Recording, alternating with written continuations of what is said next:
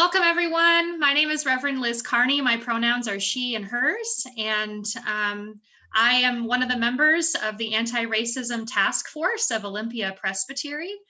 And today we are thrilled that you are here for this 2-hour workshop time of learning about the doctrine discovery and what it means as people of faith to challenge and dismantle white settler colonialism as people of faith who want to do justice.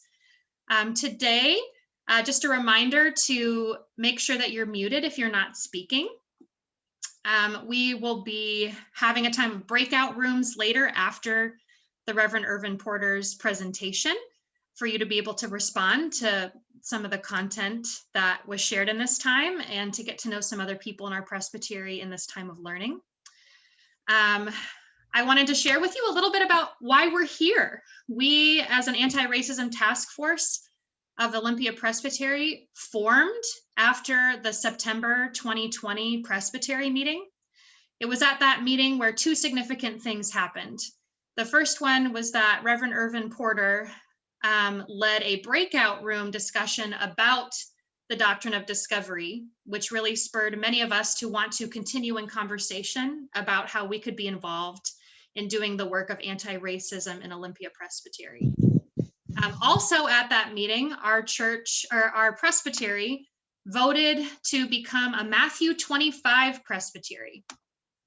And one of the three goals and parts of that Matthew 25 mission is to dismantle systemic racism.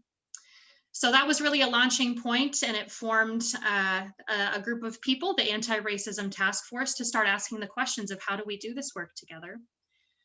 And we did a lot of learning. We looked at some documents from the General Assembly to learn actions that had come from leaders of color in our denomination, inviting us into this work. And we especially spent a lot of time with the reports from the Native American Council, leading us in how we could take action as a presbytery and at every level, congregational, every mid-council level. And so we decided that there are many places to begin this work, and because, especially since we have such a wonderful resource, having the Reverend Irvin Porter in our own presbytery, we wanted to start with issues of Indigenous solidarity. And so this workshop is the birth of that ongoing discernment and work. So we are so glad that you are here. I'm going to pass it on to one of our other members, Erilyn Marsh from First Pres Puyallup, to give you a little introduction of some of the members of our team. Good afternoon. I'm going to share my screen here and the list of the task force. I hope you can all see that. Of course, Reverend Liz Carney is on the task force. Ruling Elder Bill Marsh from First Presbyterian Church. Liz is from Longview Presbyterian Church. I am from First Presbyterian Church. The Reverend Riley Pickett is from Hagar's Community Church. Ruling Elder Phyllis Smith is from First Presbyterian Church in Puyallup. And Ruling Elder Pat Walton, also First Presbyterian Church. And Lisa Wasik is Minister of Outreach from University Place Presbyterian Church. And all of us are on the task force. There are, however, I don't know how many members, Liz, that follow us. There's a lot of people that follow us. So I'll stop sharing. And I am really honored to be able to introduce to you the Reverend Irvin Porter. And he will bring us this message about the doctrine of discovery. Thank you, Erilyn. Welcome to all of you. Glad to see you. It'd be nicer if we were all in one room, but that day will come. And so again, we welcome you and thank you for joining us across the airwaves today. We hope to be doing some more activities. We have one, it's called a blanket exercise down the road as well. So we can get back into one room, like I said, and hopefully that day will come very soon. Let us be in prayer right now as we begin. Creator God, we thank you for this day that has brought us rain that has refreshed the land, the beauty of the skies, and this temperate time of the year. We thank you for all these things that has gathered us together this place today whether we're local or from far away. And so we are coming to you in the spirit of learning today, asking you to guide us in all of our discussions, that all might be helpful to us as we work reconciliation with one another. Guide us, for we ask it in your name. Amen. So that's a good segue into my PowerPoint presentation that I'll be giving to you for now. I want to begin by acknowledging with humility that the land where I'm speaking to you from today, the traditional territory of the Puyallup people. The Puyallup, which means generous and welcoming people, are a Coast Salish tribe. They were forcibly relocated onto reservation lands in what is today Tacoma in the late 1854, after signing the Treaty of Medicine Creek. Today, they have an enrolled population of 4,000, of whom 2,500 live on the reservation. Next.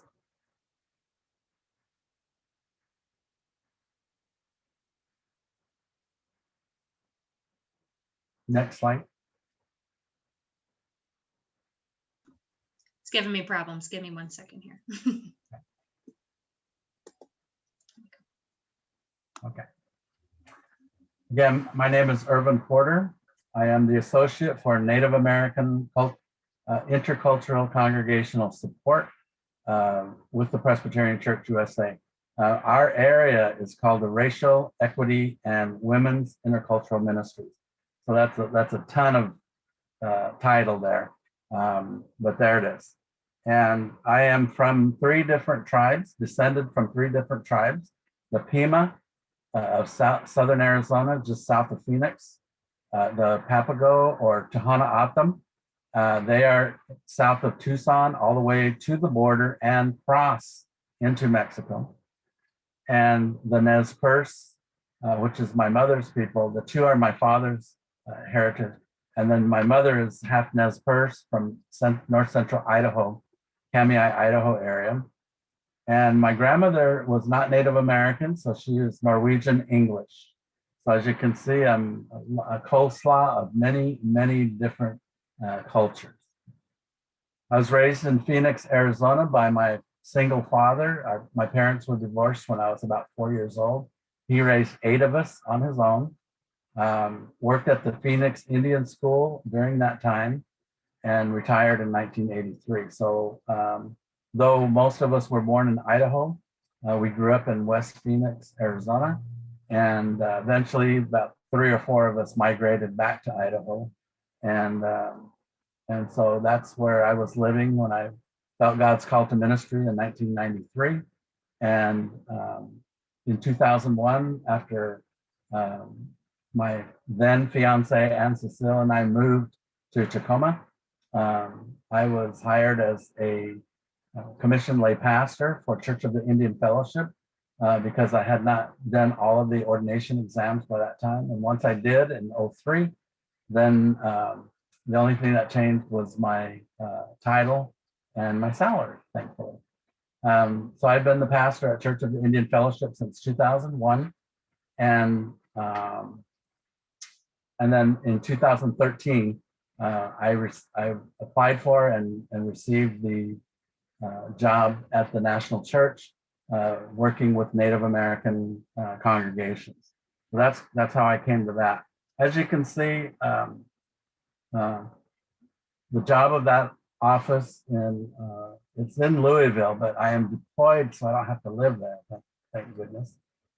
Is to develop leadership in Native American congregations, assist with evangelism and church growth, help to be a voice for Native American Presbyterians in the PCUSA and beyond, in partnership with mid-councils, Presbyterians, other Presbyterian mission agency offices and other groups, connects, encourages, and helps Native American congregations to develop and empower Native American leaders in the local church, presbytery, and denominational levels. And I make presentations about the General Assembly actions that I'll be doing today, and taken in support of Native American ministries. Okay.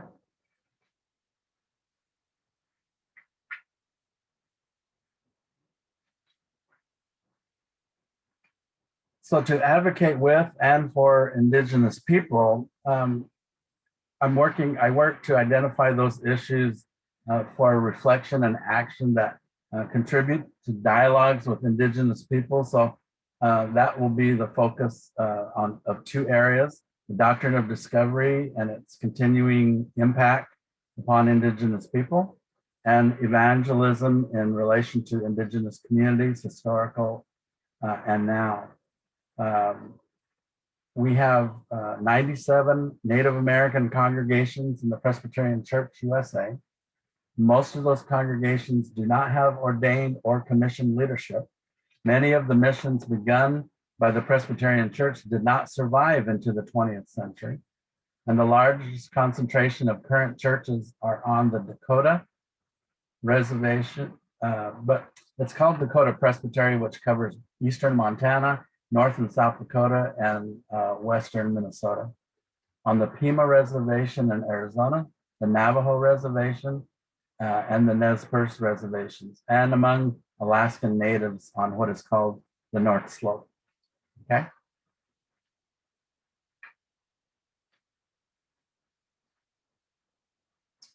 So advocacy strategies on Indigenous people's issues.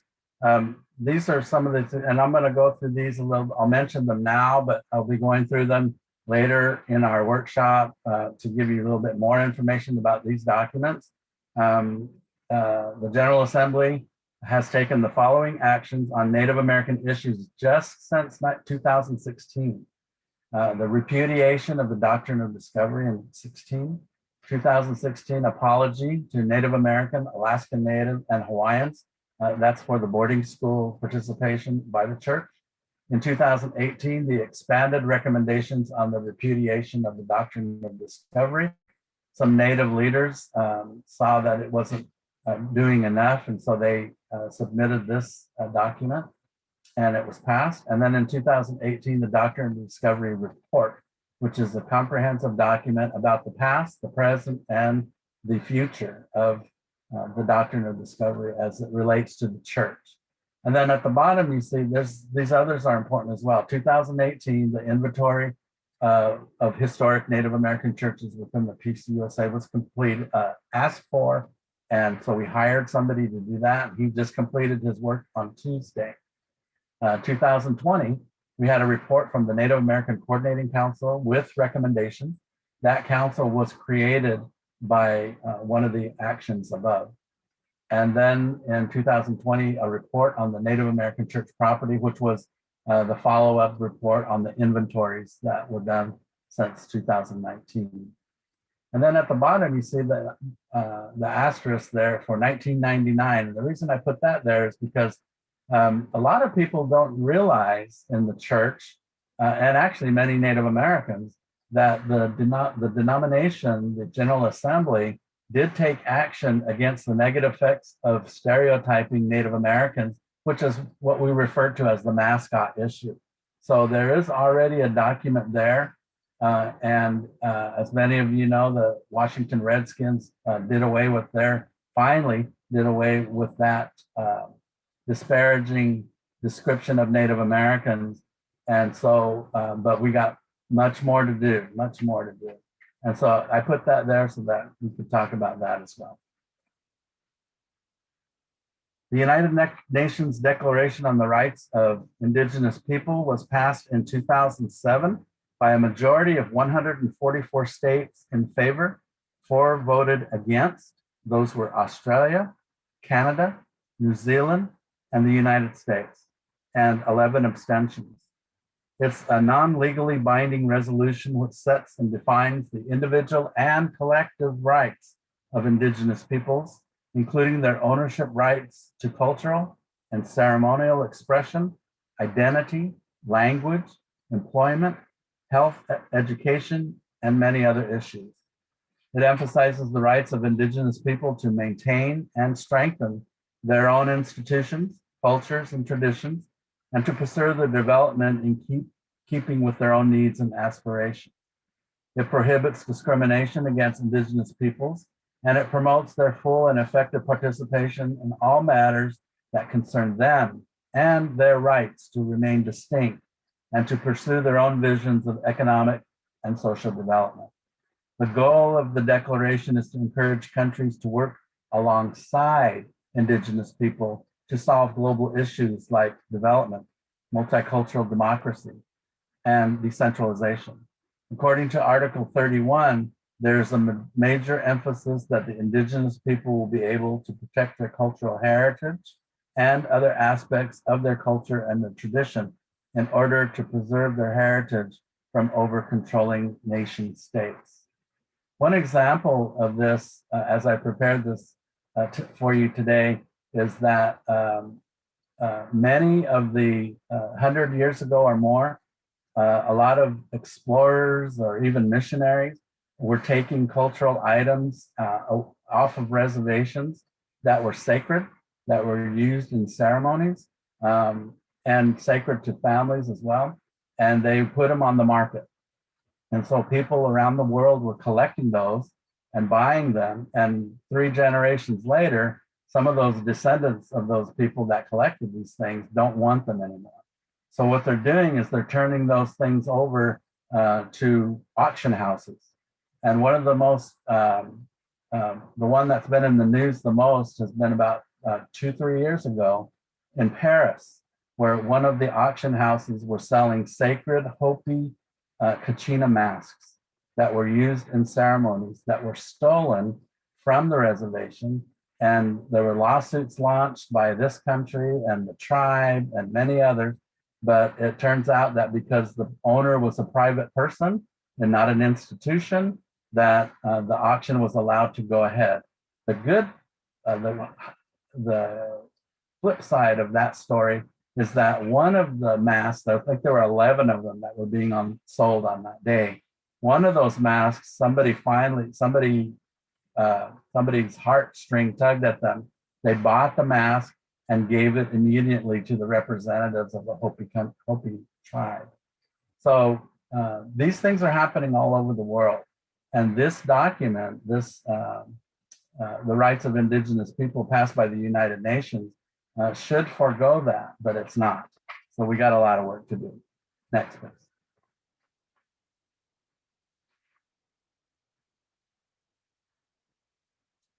The doctrine of discovery and its continuing impact on legitimizing and the widespread, all kinds of things that keep happening are again covered by the United Nations Declaration, adopted in 2007.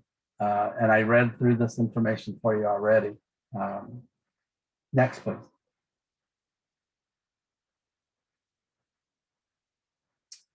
So the doctrine of discovery and its continuing impact on Indigenous people. What is the doctrine of discovery? The doctrine of discovery is a concept of international law, and it breaks down in this way. The development with the U.S. was developed by the U.S. Supreme Court. Hang on just a second. Okay.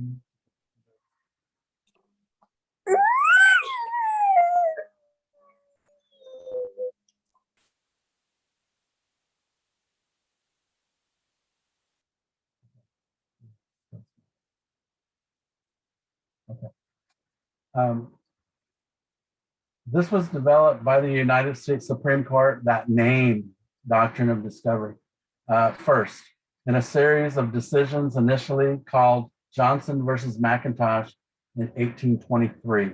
As you can see, in 2023 will be the 200th anniversary of this event. Based on a 15th century, what was going on was one of these parties bought the land from a native tribe in the East, and that was before the Revolutionary War. And so after the Revolutionary War, they wanted to sell the land to McIntosh, And it turns out that they couldn't do that because the land was not purchased through the federal government, the auspices of the federal government at the time, but through an Indian tribe. And so that brought it to the Supreme Court. The doctrine of discovery is based on a 15th century papal bull from the Vatican that gave Christian explorers the right title to the lands they discovered and claimed those lands for the Christian monarchs. Any land that was not inhabited by Christians was available to be, quote, discovered, claimed, and exploited. If the pagan inhabitants were converted, they might be spared. If not, they could be enslaved or killed. And by this directive, by fiat, the European nations claimed for themselves the entire Western Hemisphere, a demonstration of the incredible arrogance of the time. This has resulted in the subjugation, genocide, relegating indigenous peoples to a subhuman status in international politics. Indigenous peoples have been laboring and suffering under this status up until, I can't read behind that thing.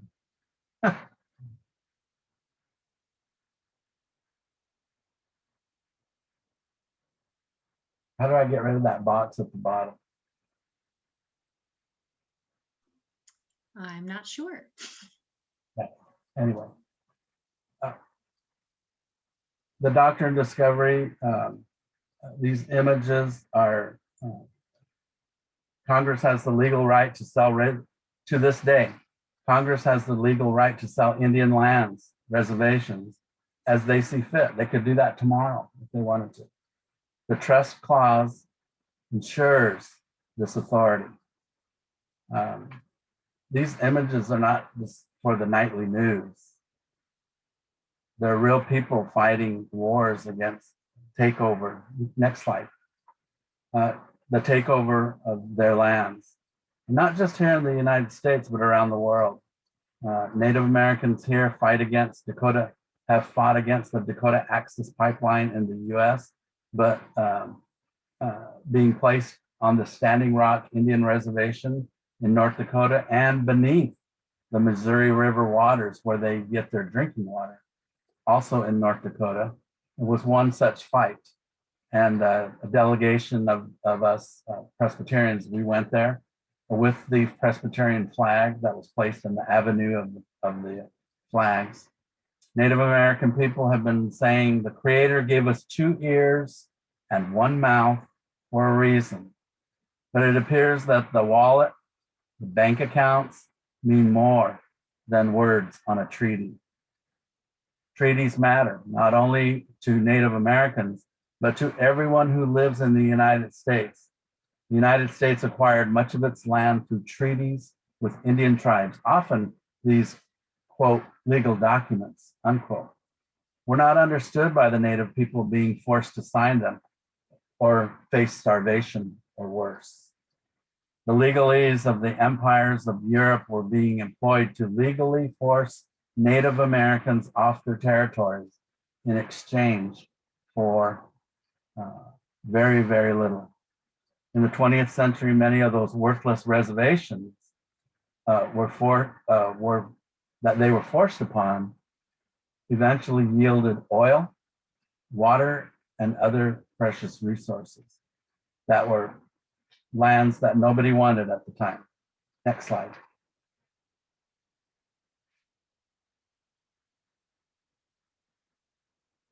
One of those stories is the Pima tribe, of which I am enrolled. After decades of campaigning, the Pima tribe won back water that was the lifeblood of their society in the American Water Settlement Act of 2004. The reservation is located between Phoenix and Tucson. The tribe now owns more rights to the Colorado River water and other water resources beneath them than the municipality of Phoenix area. And they have to, the cities now have to negotiate water rights with the tribe now who cannot possibly use it all. They have a large water table underneath that reservation, which is just on the, if you've been to Phoenix, there's a mountain on the south side, and it's called South Mountain. Behind that mountain on the reservation is a huge water aquifer that is buried beneath that land, that desert land. The tribe's indigenous name is Akamil Atam, which means river people. It's been the name for themselves for thousands of years. The river that flowed through the tribe's territory and fed their complex irrigation systems was diverted by settlers in the late 19th century. Terrible poverty and starvation followed, and many Pima were forced to depend on the government rations, where before they were farmers back into antiquity. Some of their ancestors, the Hohokam, who settled the Phoenix Valley thousands of years ago, created a system of canals which are still used today in the city of Phoenix. So those rations that they were given were based on three main products: flour, white flour, lard, and sugar. The collapse of the Pima's sophisticated farming systems, dependence on rations, and spiraling poverty led to a health disaster. The tribe has one of the highest rates of diabetes in the world. They have been studied for 40 years by the Centers for Disease Control in Atlanta. They followed families generation after generation to try to understand what is going on. More than half of the population of ages 35 and over has type 2 diabetes, including me. But now, following the largest water rights settlement ever in Indian country, water is flowing back into the Pima territory. With it comes hope. Community farms are been established. School children are also getting involved as well. They harvest an indigenous crop of cotton, and they have one of the largest citrus groves in that part of the state. Treaties rest at the heart of both Native American history and contemporary tribal life and identity. Approximately 368 treaties were negotiated and signed by U.S. commissioners and tribal leaders, and subsequently approved by the U.S. Senate from 1777 through 1868. They protected promises our government made to Indian nations. They recognize Indian tribes as nations, a fact that distinguishes tribal citizens from other Americans and supports contemporary Native assertions of tribal sovereignty and self-determination. All of these treaties have been broken. Next slide.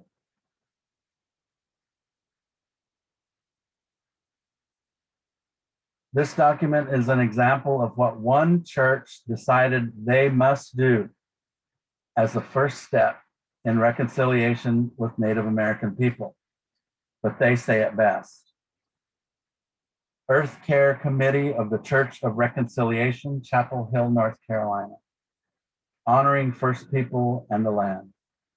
The Church of Reconciliation Earth Care Committee's 2018 study of the doctrine of discovery prompts us to recognize the indigenous people who came before us on the lands we now inhabit in North Carolina.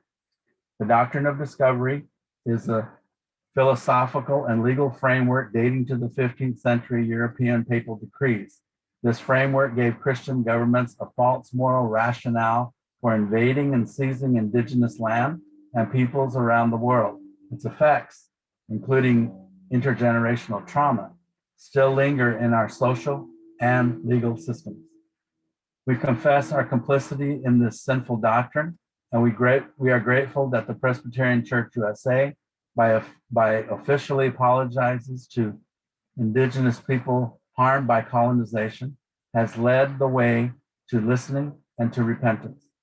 With the whole church, we intend to further nurture mutual relationships of loving care and respect. We acknowledge that we live on the land traditionally belonging to and cared for by the indigenous peoples now formally recognized as the Okeechobee Band of the Saponi Nation, the Kohire Intra-Tribal Council Incorporated, the Eastern Band of Cherokee, the Halaiwa Saponi Indian Tribe, the Saponi, the Lumbee, the tribe, the Wakama Siouan tribe, and the Meherrin tribe nation. They are our neighbors, those we are commanded to love as ourselves, as we heed Christ's call to the healing of people, of land, and all creation. Next slide.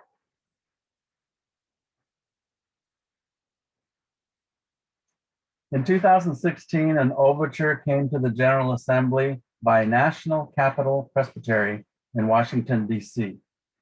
It asked for a 2-year study of the doctrine of discovery by the PCUSA. Instead, the Assembly added to another action, but also called for the repudiation of the doctrine of discovery. And so in that document, there are some things that I would highlight to you. And this document is in our resource list for you today.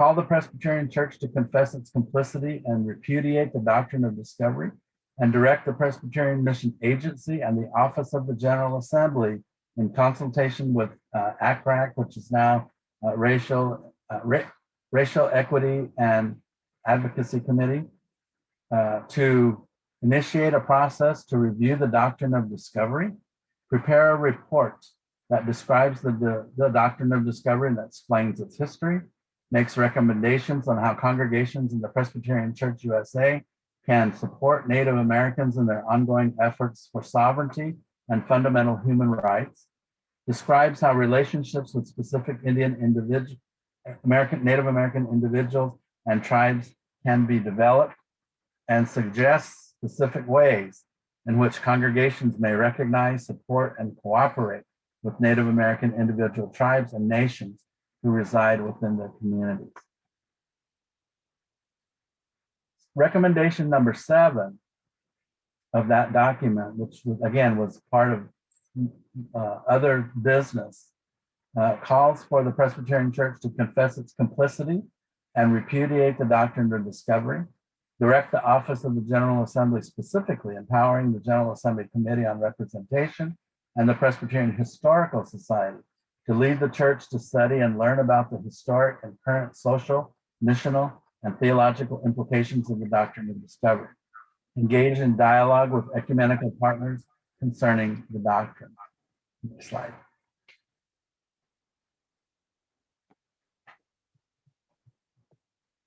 So this work was begun by a committee of Native American leaders to write a report and then submit that report to the 2018 General Assembly, which was held in Baltimore, Maryland. In a 26-page document, again, which is on our resource list today, and we have added it to that list, but I urge you, each of you, to read the entire document because it explains how the doctrine of discovery got its start and how it is the basis of laws which now deal with Native Americans. It also includes stories about how this doctrine has affected Native American communities today. And that's what leads to its length. But again, it's a very comprehensive document, completely worked on and put together, compiled by Native American leaders in this denomination. Yeah.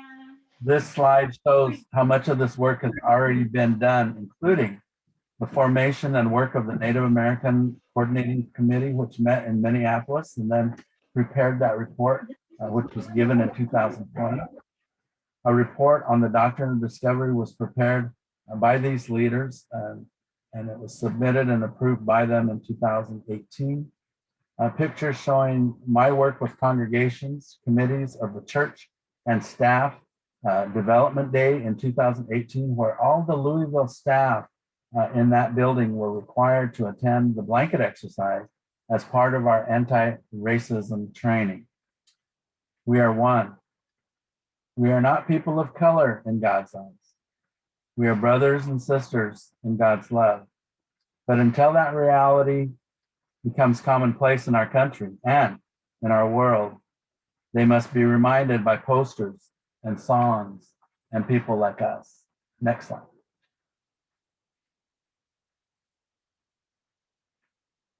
In the 2018 report, there are specific recommendations, though most of them pertain to actions that the Presbyterian Mission Agency, the Committee on Theological Education, and General Assembly, Office of the General Assembly, and agencies of the church. But there are some pertaining to mid-councils, presbyteries and synods, and congregations, and I'd like to highlight those. Urge the session of each congregation as well as each mid-council, Committee on Theological Education members, seminaries, Presbyterian women's groups, and other organizations to confess their complicity and repudiate the doctrine of discovery. Then I move to number 8. Encourage mid-councils to begin their meetings with an acknowledgement of whose land they are meeting on, and that greetings to the assembly include a welcome from those indigenous people currently living on that land, if applicable. Next slide. Next.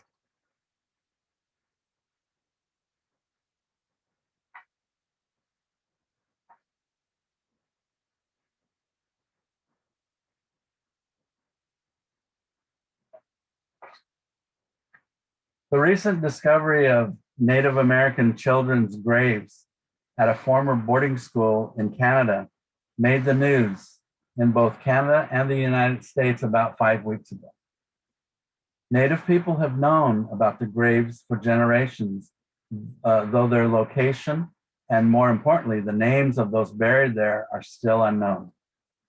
These children died of many things, including starvation, malnutrition, disease, injuries from abuse, including sexual and brutalization of all kinds. These are not suppositions from Native people. These are known and often documented situations that survivors of these schools have attested to. My office is preparing a web page to be linked to the web page for that office to give more information about the realities of the boarding school era of Native American history. Many Americans do not know about this chapter in the life of their Native brothers and sisters. Many who survived those schools were never the same, were forever changed, and current generations of their descendants continue to deal with the effects of this experiment at assimilation. More than 100,000 Native children suffered the direct consequences of the federal government's policy of forced assimilation by means of Indian boarding schools during the 19th and 20th centuries. They attempted to replace tribal values, languages, and ways of knowing with dominant white Christian values, religion, culture, and language. Families and entire communities also suffered as adults when the former boarding school students had children. Their children suffered too. Now, though through painful testimony and scientific research, we know how what trauma can be passed from generation to generation. The multi-generational trauma of a boarding school experience is an open wound in all Native American communities today. The National Native American Boarding School Healing Coalition says that for healing to occur, the full truth about the boarding schools and the policy of forced assimilation must come to light in our country. The first step in a truth reconciliation and healing process is truth-telling. A significant piece of the truth about the boarding schools is held by the Christian churches that collaborated with the federal government policy of forced assimilation. Next slide.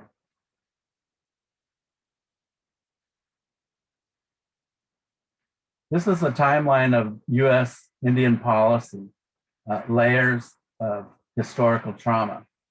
And this information comes through the Native American Boarding School Healing Coalition, of which I am a member. 6 phases of historical unresolved grief, traumatic events inflicting wounds on the soul that last through generations, and it's called soul wounding. The first is contact, invasion, colonization, and disease. Invasions, war period, genocide. Economic competition, substance loss, physical, spiritual, and subjugation, reservation period, when Native people were forced into dependency on the US government. Boarding school period is seen as a cultural genocide. And then number 6 is a forced relocation termination period, a systematic marginalization and legal erasure. So next slide. The boarding school generations, and they've categorized them into 4 things that were part of these generations of the boarding schools. The first generation happened during the post-Civil War through the World War I. It ended at the end of the Indian Wars, when tribes were subjugated to reservations and their children were taken away from them for re-education. Military-style schools, uniforms, haircuts, forced assimilation, and prohibition of Native American languages and cultures. The second generation came with the Great Depression era through World War II. Students by that time were bilingual, so they spoke both Native and English. And then boarding schools becomes an escape route from poverty, because tribes and families were unable to feed their children. And so the boarding schools became a place where they could get 3 square, hopefully. And as 1933 came and went, things began to change with a report that was done by officials in the federal government that exposed a lot of what was going on in these boarding schools. The boarding schools, again, became that escape route. Natives get the right to vote in 1924, and that will be a General Assembly year, and that will take place in Salt Lake City, Utah. And so we are planning not a celebration, but a commemoration of the fact that Native people have lived on this continent for thousands of years and only have been able to vote in the last 100 years. Natives enlist voluntarily in World War II due to military influence of the first generation boarding schools.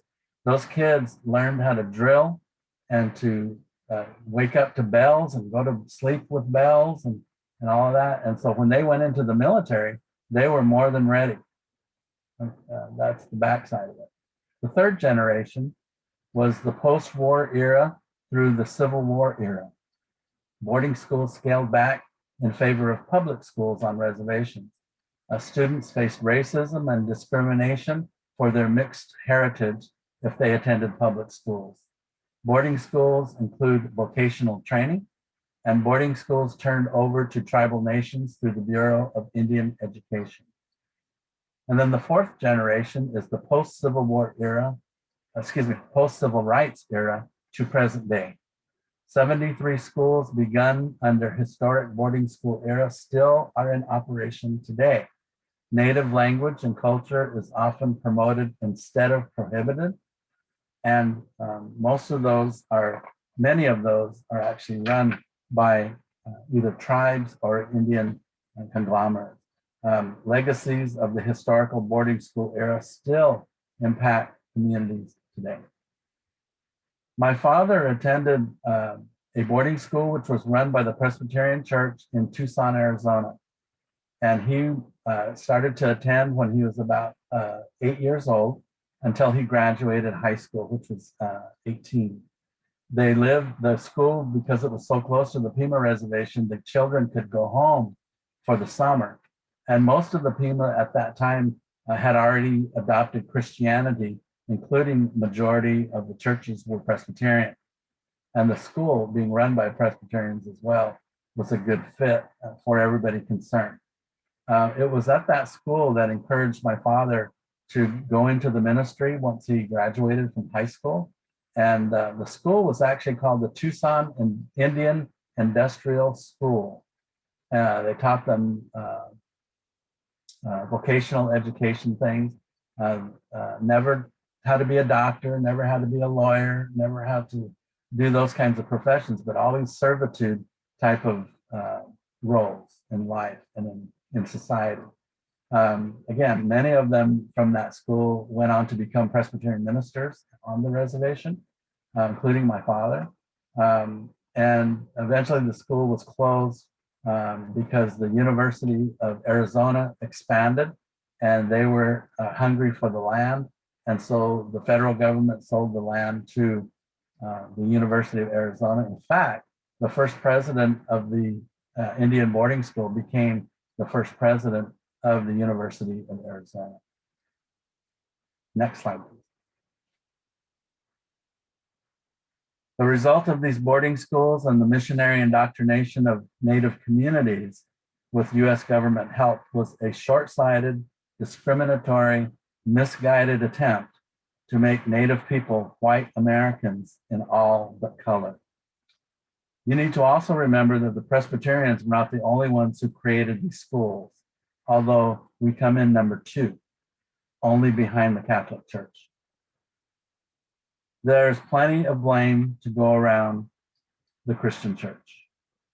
The Presbyterian Church administered, built, and promoted at least 30 of these schools from the beginnings of the boarding school experiment. Again, what some meant for ill, God had used for his own good. These and many other churches that are pictured here were formed and built during this era.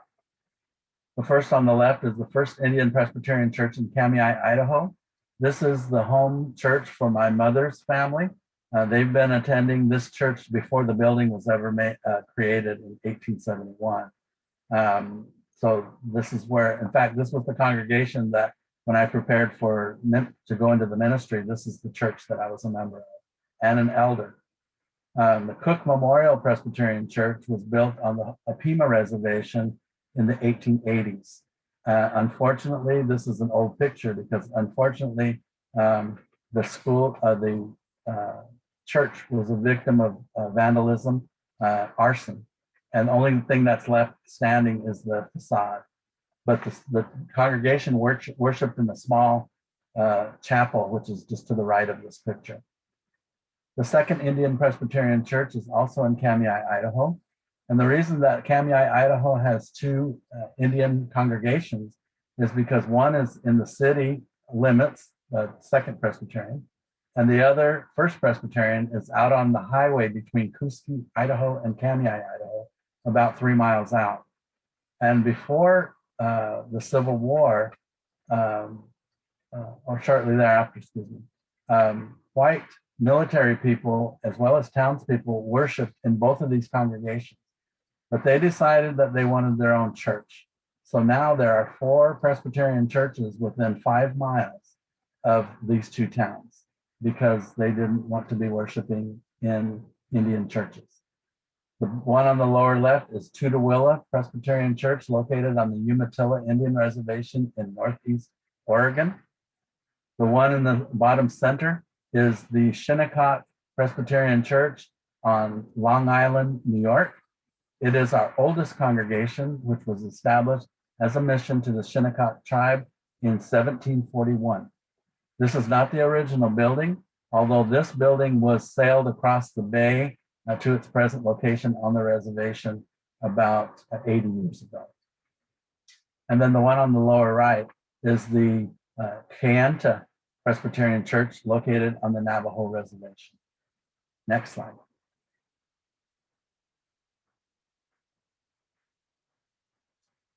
Again, we have 97 congregations, most without pastors.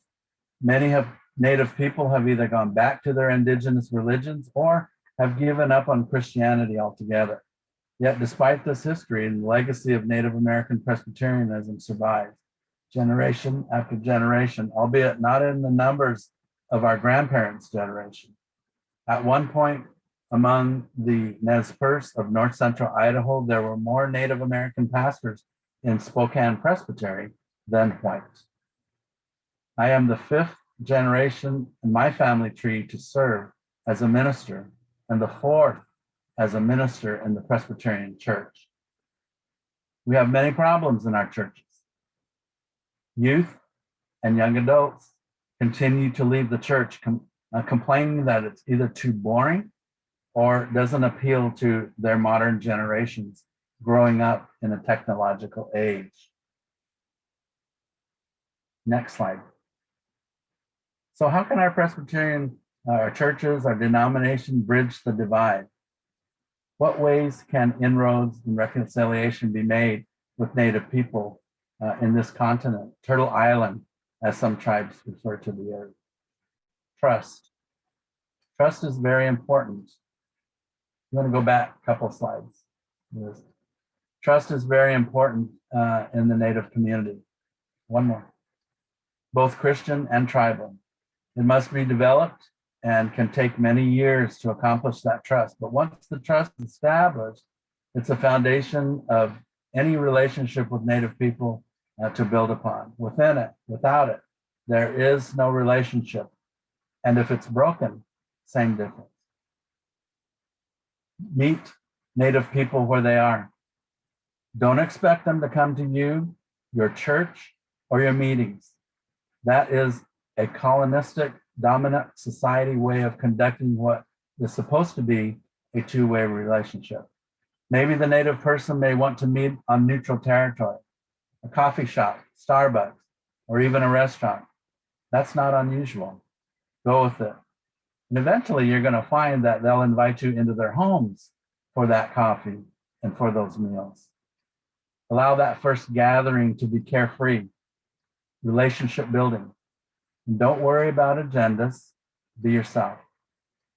We are people of deep religious faith, whether that is Christianity or Native American religions.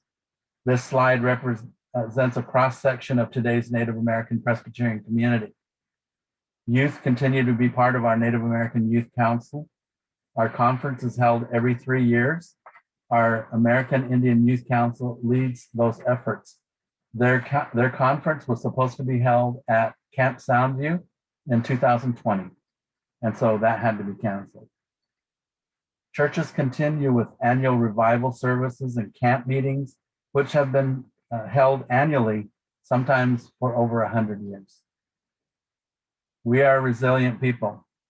We adapt to changing situations, changing American culture, and yes, even the silence of our brothers and sisters in the denomination that we're supposed to be part of, that 92%, which is white.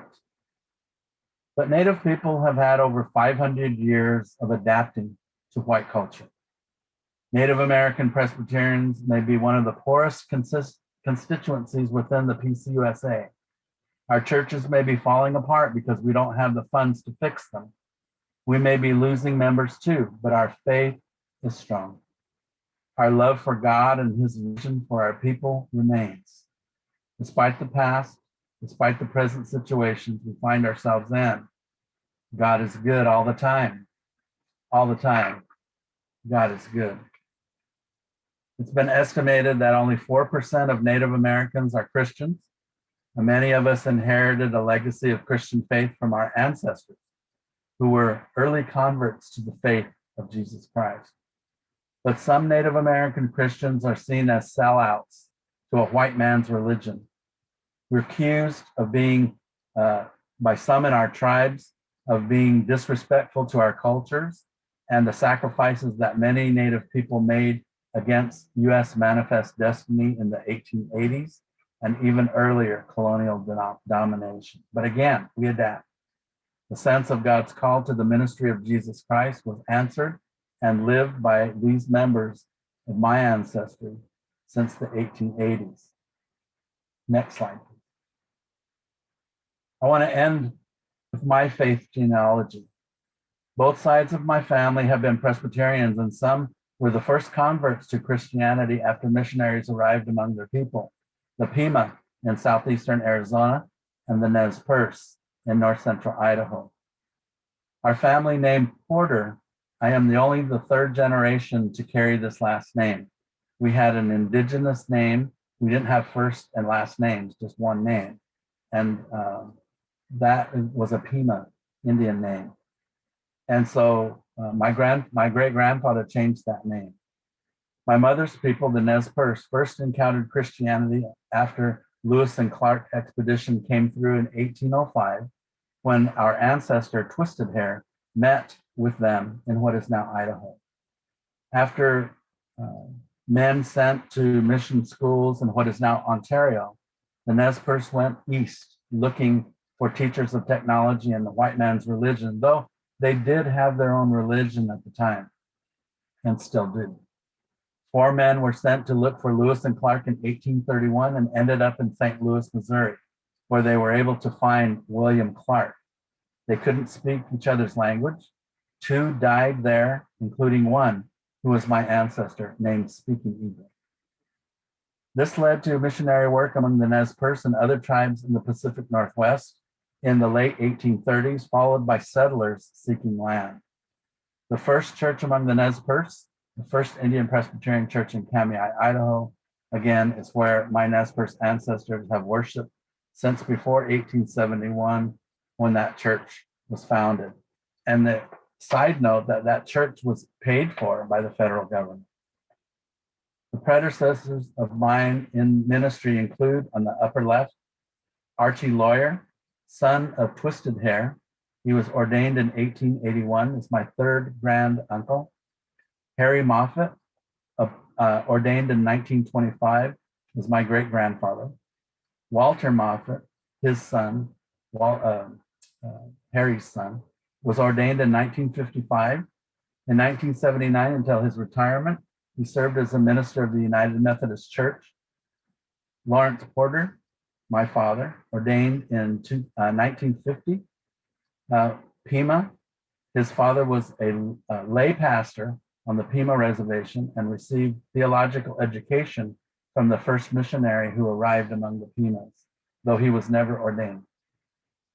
Cecil Corbett, ordained in 1961, is my fourth cousin on Nez Perce side. Corbett is the family name of my maternal great-grandmother.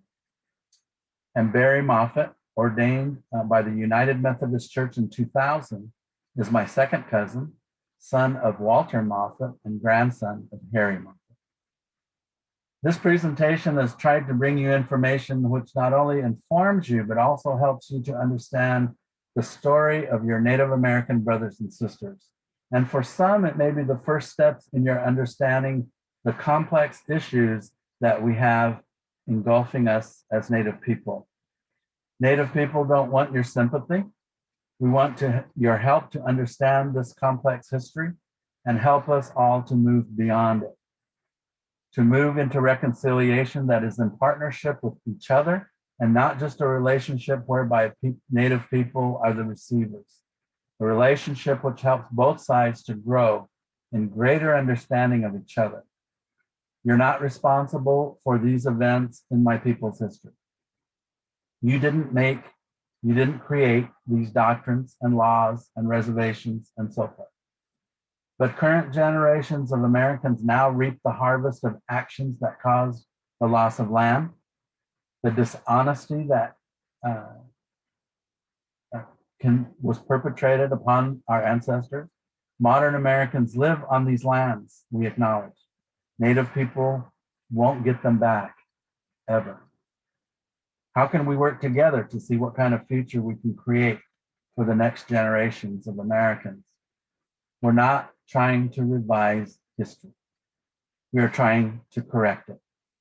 We're trying to make sure that the history of our next generations are learning isn't that the conquistadors have and are writing, the conquerors are writing because of its history, which has written Native people out of every chapter.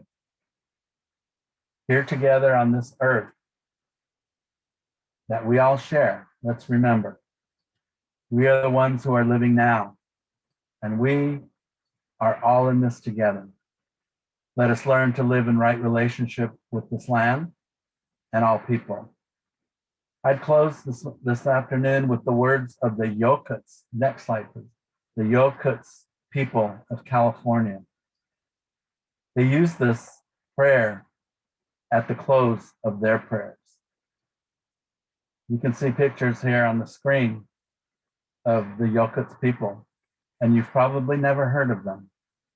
But you can see a picture of California there at the top, and that was their ancestral lands, which would be east of the Bay Area now, in the Sierra Madres. Their prayer goes this way. My words are tied in one with the great mountains, with the great rocks, with the trees. My words are tied in one with my body and my heart. All of you see me, one with this world. Thank you for being with us today.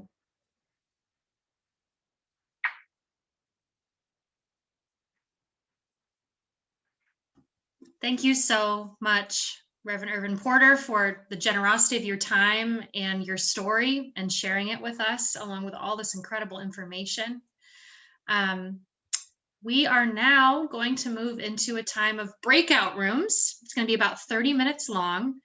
Some of the members of the Anti-Racism Task Force that Erilyn introduced you to are going to be facilitating those groups. Just some basic ideas for when you get in those groups together. There's going to be about 10 or 11 people in each group. So it's a good opportunity to practice having one person speak. Maybe raise your hand in the screen if you have something to say. And then keep inviting more people to see if everyone in the group is able to have an opportunity to speak before you maybe have one person who speaks several times. So I will put you in those breakout groups. I will call you back after about 30 minutes, and then we will close our time. Oh, wait, Irvin, we're doing the handouts first. Is that right? Or do you want to do that after the breakout groups? After. Okay, so once we get back, Irvin will walk you through a series of handouts that are resources that all of us can take back into our congregations and communities for further education and actions of solidarity. And then we will end our time together with question and answer time with Reverend Irvin Porter. Liz, I think we want to do the offering. Thank you. Thank you, Erilyn. Erilyn's keeping us on track. Yeah, so the next thing I wanted to bring up with the group, let me pull up my notes here. Give me a moment.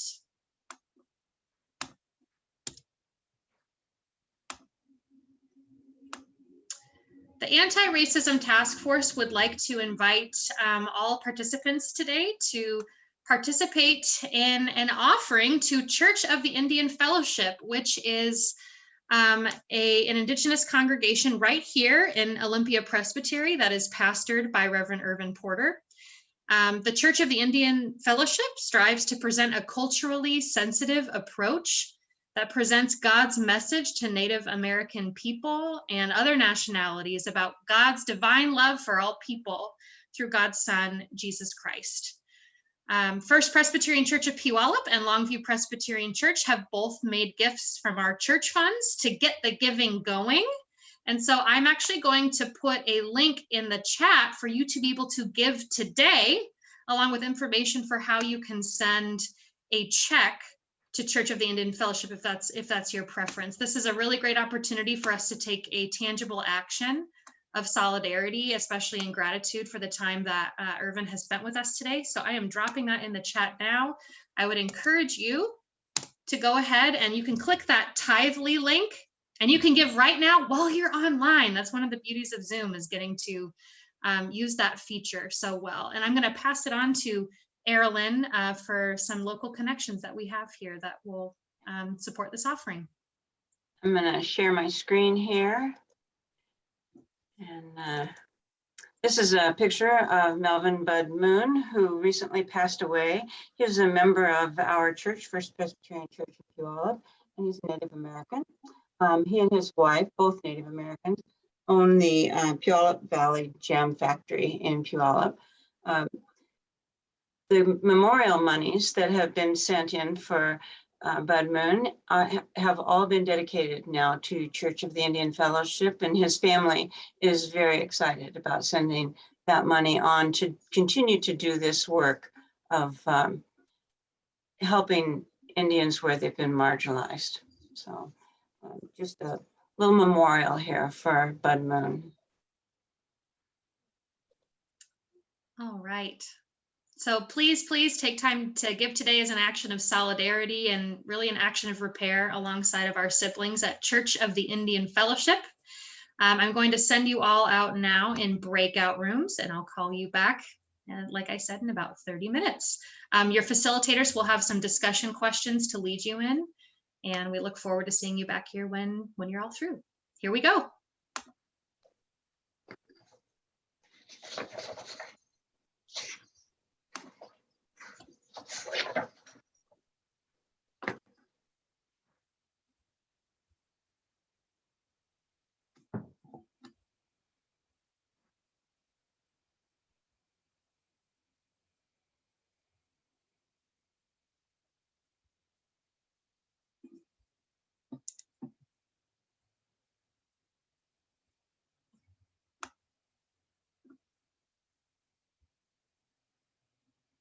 You should have an invitation to join a breakout room.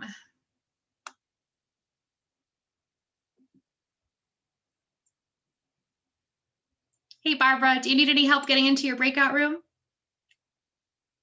There you go.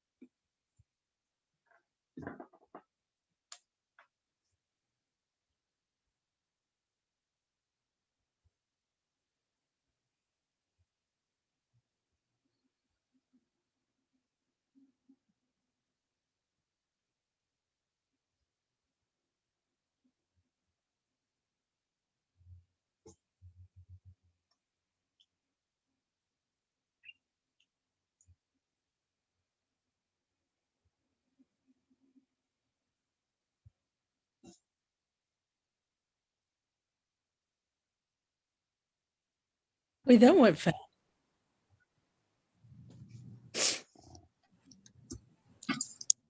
Thanks, everybody, for your time in breakout rooms. Hopefully nobody was directly in mid-sentence when you came back. And thank you to our facilitators. I'm sure somebody was. And I'll pass it over to Reverend Irvin Porter. I think he's going to guide us through some handout resources for all of us to take back to our communities and our contexts. Thank you.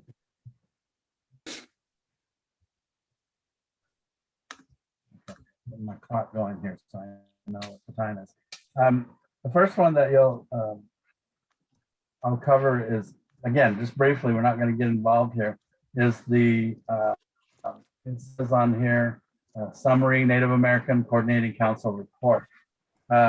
This document, again, both this one and the report on the doctrine of discovery that went to the General Assembly are very informative for you to understand how these things happen. The documentation that exists on those actions happening and existing. The Native American Coordinating Council was created as part of one of the General Assembly's actions, and it called for this council to be created. So 2 or 3 of us got together on our figuring out who's who in the Native American leadership of the Presbyterian churches, and we found 10 people who were willing to serve on this group. And so this is the document that was put together about that, and there are very good 18 recommendations that they list in this document as to what the national church, the Presbytery, and synods, as well as congregations can do to help change things around. And so that's what this document is for. The next one you see is a summary of that report. And then, so on here, I put 8 of the recommendations are listed here. And talks about many things that we've already covered in today. But again, this is a good kind of a cheat sheet, if you will, to the larger document. The next one is called Christopher Columbus and the Doctrine of Discovery, 5 Things to Know.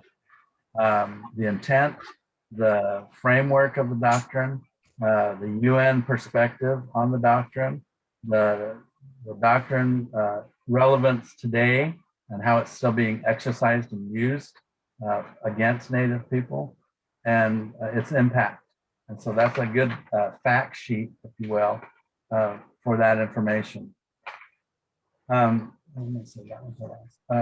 advocacy with and for Native American people. I did a workshop such as this one for a church in Phoenix, Arizona, and University Presbyterian. And that's where this document came from. They wanted to know about ways of working with Native American constituents, fellow Presbyterians, and like that. And so that's where this document came from, ways that I thought of that you could help you to work with your congregations, committees, whatever, presbyteries to help work with Native American people. And I kind of alluded to some of that at the closing of my presentation. And then the next document is called Conversations About Advocacy, could include the following. Again, following up on that previous document about doctrine of discovery, spirituality and issues and like that. Just kind of a primer, if you will, try to give you some information to go by. The next document would be the Doctrine of Discovery. I just have the cover page for that. Again, it is about a 26-page document. I would thoroughly urge you, and especially your committees or your sessions or whoever is working on things like this, to read this document, because not only does it talk about how this came about and what it intends to do, the repudiation of the doctrine, but also it includes stories from a lot of these congregations around the country that I've mentioned to you, the 97 congregations, and how they're dealing with these issues today, and their tribes as well. The other document after that is the Doctrine of Discovery and its enduring impact on Indigenous people. Another good primer, good information in here. You have a couple of newspaper articles that were put out. One's called 400 Years of Hostility to Native Americans. And then the last document is the World Council of Churches statement on the Doctrine of Discovery and its enduring impact on Indigenous people. And it spells out some of the issues as well for you there. Good information. A lot of people didn't know about that UN declaration before it being mentioned here today. And I thoroughly urge you to look into that. We do, Presbyterian Church does have an office in New York City that works at the UN and does this kind of work as well. The next document is the Native American Coordinating Council report, just some more information about that particular group. And then we have a Reclaiming Native Truth, the false and harmful current narrative about Native American peoples. And this is the document that talks about the mascot issue as Native people are dealing with it. I told you earlier that the Washington Redskins finally got rid of their, and many other colleges and high schools even have gotten rid of those mascots that Native American people deem as racist and demeaning to our people. Our children grow up in those places.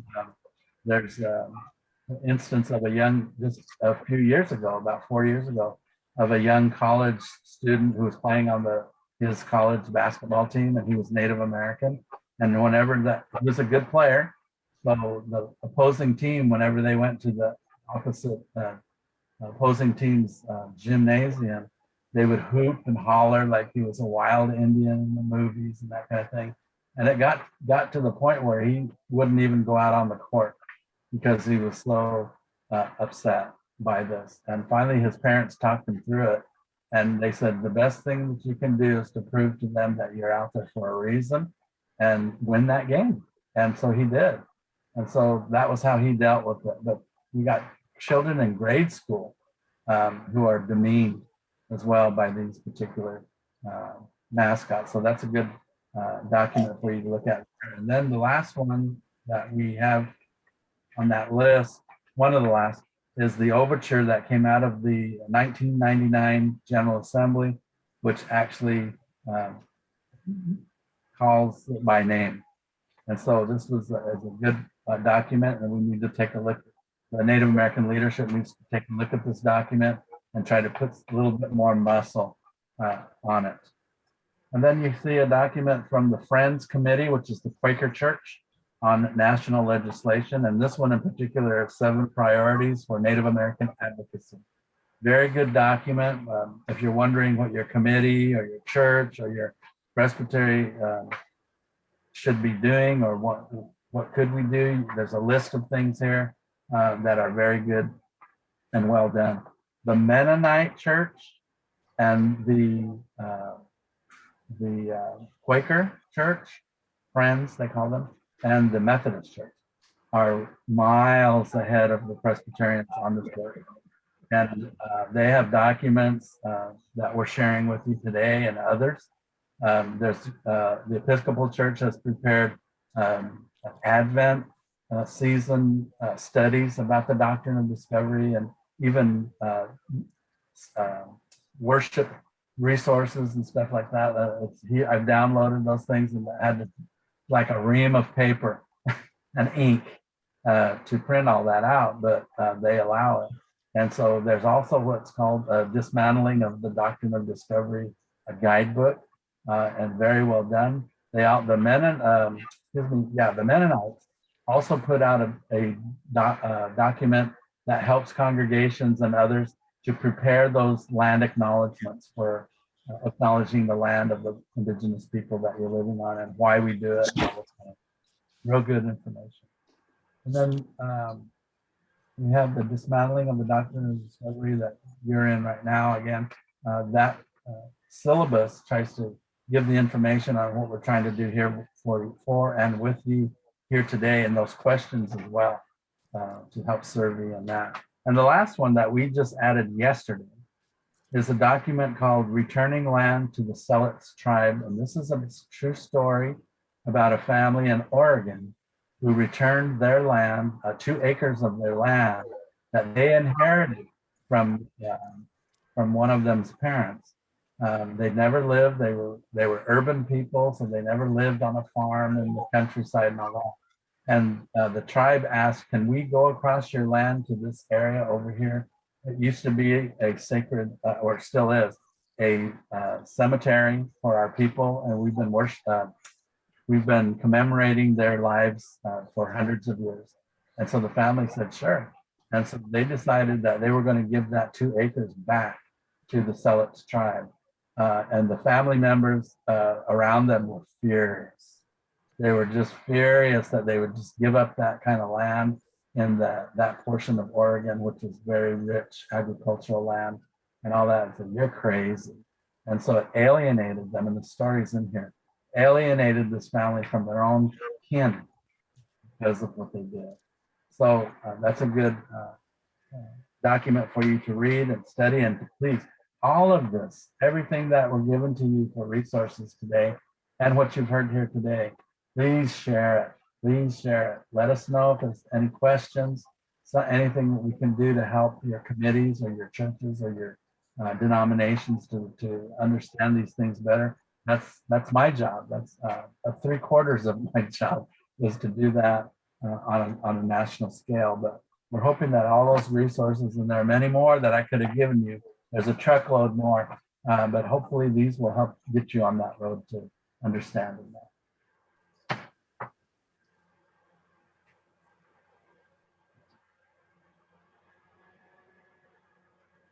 Thank you. Just a couple notes. I was adding them in the chat, but if you are someone who wants to be added to the Olympia Presbytery Anti-Racism email list, I've put my email in the chat, and it would help if you emailed me, and I'll make sure that you get added to that list if you are not already on it. We plan to send out to that list this recording of today's workshop for you to be able to share widely or watch again. Along with the entire list of all those resource documents that Irvin just walked us through. And I think now we're moving to a time of question and answer till the end of the hour. And I'll some of us on the task force will watch for your hands as well. Sometimes it's hard with this many wonderful participants to see people raising their hands, so we can help you with that, Irvin. I want to start. Irv, you said you were talking about the UN and the votes against it. Can you explain a little bit more to me about that? When the Declaration on the Rights of Indigenous People came up for the vote on the floor of the UN, only 4 nations opposed it. And that was New Zealand, Australia, Canada, and the United States. If you can think back to why that might have been the case, it is that each one of those countries those territories were populated by indigenous people prior to colonization. And so those 4, that's one of the things they have in common. But eventually some of them started to come around and they had to explore it a little bit more and all that. President Obama did finally sign on to it, but there were conditions. And so many of those nations that abstained, we don't really know why they did that, or if they'd come around and also agreed to it as well. But this is a little known document. There's a lot to it. So if you look it up and read the document, it's extensive. However, it's important because it is, when they were doing the protests of the pipeline in North Dakota on the Standing Rock Reservation, it was that doctrine, it was that document that was brought up. And the tribe even went to the UN to protest that pipeline going in, and because of basically the United States had signed on to that document, so they were actually in the native people's eyes were going against something, but it doesn't surprise us. It doesn't surprise us because I already told you that there are all those treaties that they've signed over the years, and this one's included, they've broken. So it didn't surprise us that that happened that way. And it's all about money, and it still is, because that oil will get to Louisiana one way or the other, whether it's through that pipeline or by train or by truck. That oil is going to flow, and the people were just making sure that it didn't flow through their lands. And you also should know that that pipeline was supposed to go through a portion of northern Bismarck, North Dakota. And the people said, not in our town. But when it came to the Indian reservation, nobody was standing up saying, no, you shouldn't put it there either. So, priority. Very important document though, the declaration, the UN declaration. Thank you. I see the United Churches has their hand. And also Barbara after that. Yeah, we have a question here about how does one, give back Native American historical art back to a tribe or to the PCUSA?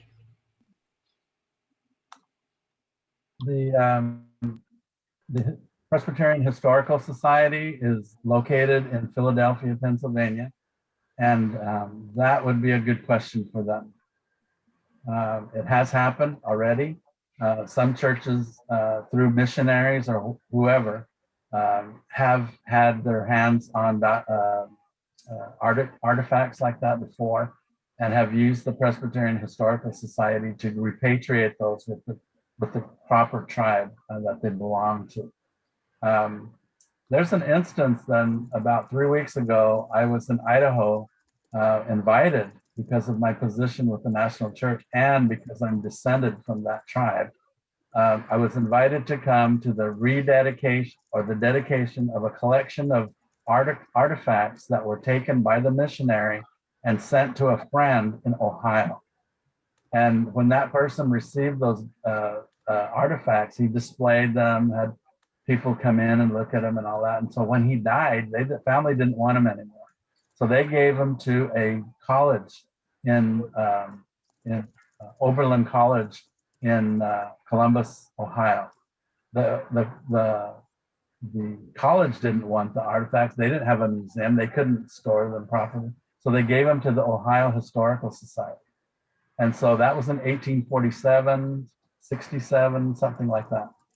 And eventually the Historical Society in Ohio loaned them to the Nez Perce tribe in Idaho for their museum that's run by the National Park Service. And so for 25 years, the collection was housed there. They did state-of-the-art enclosures to secure the leather and everything from the dresses that were made and all the articles and all of that, the beadwork from 1847 and all that. And then they wanted it back. They found out that the collection was worth $600,000 plus. And instead of giving the collection back to the tribe, they sold it to them and gave them a deadline of 6 months to come up with the money. And actually, children from schools in Ohio and in Idaho gave money. There's a letter from a little girl, 12 years old, that was giving $27 that she raised to help the tribe buy those articles back. So they were able to secure the money 2 days before the deadline. And so the articles were secured by the tribe. Some of the items that were not there in the collection were received eventually.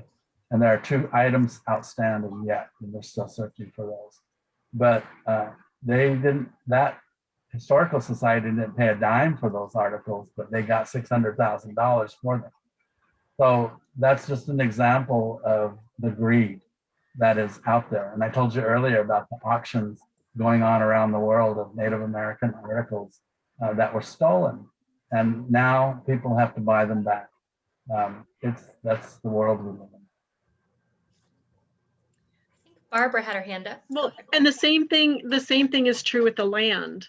In many cases, when tribes have been able to get the land back, they've had to repurchase the land.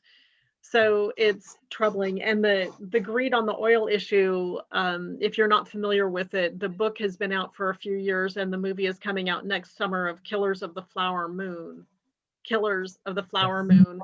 about one of the tribes. And this is a typical situation too, where the Indians were placed by the government on land that was considered useless. And then we still see the ramifications of that today as minerals and mineral rights and water rights are discovered on the reservations. The tribes don't have access to those resources, and the government goes in and sells them to somebody or develops land from underneath them and doesn't care about the sacredness of the land or the space that it's on. It's really troubling. And regarding the question about getting things back, I think if you contacted a tribe, if you had artifacts that you knew where they came from, or you knew that they came from Pacific Northwest, I'm sure if you went to a tribe in the area too, they would be happy to help you, to direct you and help you to find the resources. Most of the tribes I know in this area are, they're in conversation with each other and they recognize their artifacts or somebody else's artifacts. And they would probably be happy to help you to get those processed and back into the correct hands. That's a really high priority for most of those people, that they want them to be in the hands of the right people, just as we see with the remains of the children at the Native schools. Every attempt is made by the tribes to make a good determination of where those should go so that they can be back in their home. Yeah.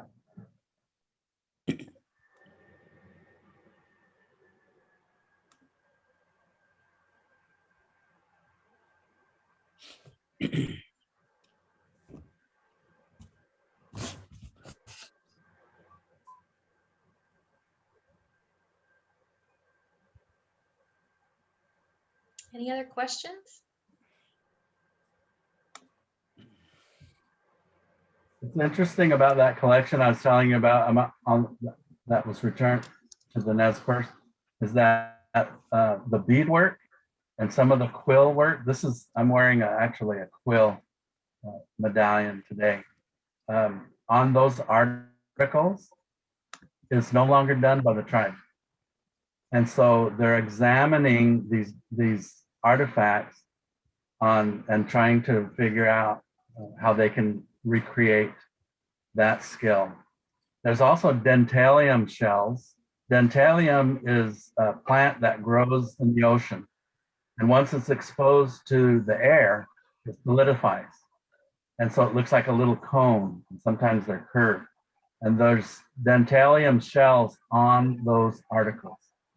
So as of 1830s, 40s, they were coming over here to trade in those shells, and they were taking them back and making items for them. So some of the stuff that survives in those articles, and I went in there a couple of weeks ago and took pictures of the collection in there.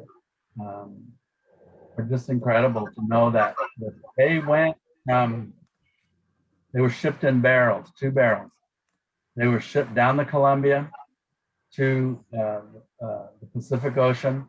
They went by ship to Hawaii, and then from Hawaii around the bottom of South America to Boston, and then from Boston across the land to Ohio. And so that's the journey that those items that you're looking at in those glass booths took, and now they're back finally with their own people. Some of them worse for the wear, but the best.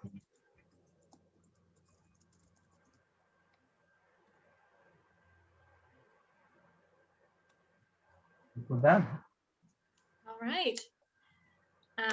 Well, I think one of the best ways we could possibly thank Reverend Irvin Porter for his time is to, again, consider giving to the Church of the Indian Fellowship as a way that we can be in solidarity with our Indigenous siblings right here in our Presbytery. I'm putting the information in the chat. One more time, you can click on that Tithely link and it'll take you right to the donation page.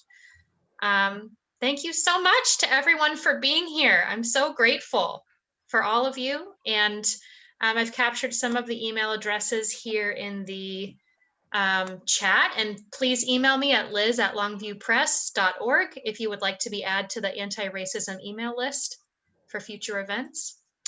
And anyone else from the Anti-Racism Task Force have announcements before we conclude our event today? Anyone? Liz, I wanted to mention Bitter Waters of Medicine Creek, the book that in our church, First Presbyterian Church, if you all, Pat Walton, who's on here somewhere, is going to be leading a Zoom book club for that. And we're interested in inviting other people who would like to join us in reading that. And I know Phyllis has started reading it, and we've had quite a few people that are saying it's a wonderful book. So I put my email in the chat, and you can email me and I'll pass it on to Pat. So Great. And Erilyn, if that's something you want to send out to our anti-racism email list, I can make that happen as well. okay, great. We can do that. Thanks. All right. I'd like to ask Reverend Porter if you would put your email address in the chat, because I would like to contact you in the follow-up of this meeting. Liz, could you do that? Yes. Give me a moment here. I'll make that happen. The book that Erilyn mentioned is the story about documented story about the treaty that was made with many of these Native American tribes in this part of Western Washington in 1854. And so it talks about that history, the war that happened, which eventually cost Chief Leschi his life and others. And so, and how the tribes got settled where they are right now. Because these tribes were not sedentary. And these were only seasonal camps for some of these tribes, but now they're reservations. But that's what the story is about. It's a very well done, documented story. My own book of it is just highlighted all over the place. So very good reading. And it's a heartbreaker to read too. Yes. Mm-hmm. I have finished it, Erilyn. So, Well, and our experience has been that these heartbreaker ones, it's nice to read them with other people to help you recover. Absolutely. All right, well, round of applause or jazz hands for Reverend Irvin Porter for such an incredible presentation. Thank you so much to all of you. Again, these resources will be sent out to the email list, so please email me if you'd like to be on that. Thank you for being with us today. Have a wonderful rest of your Saturday.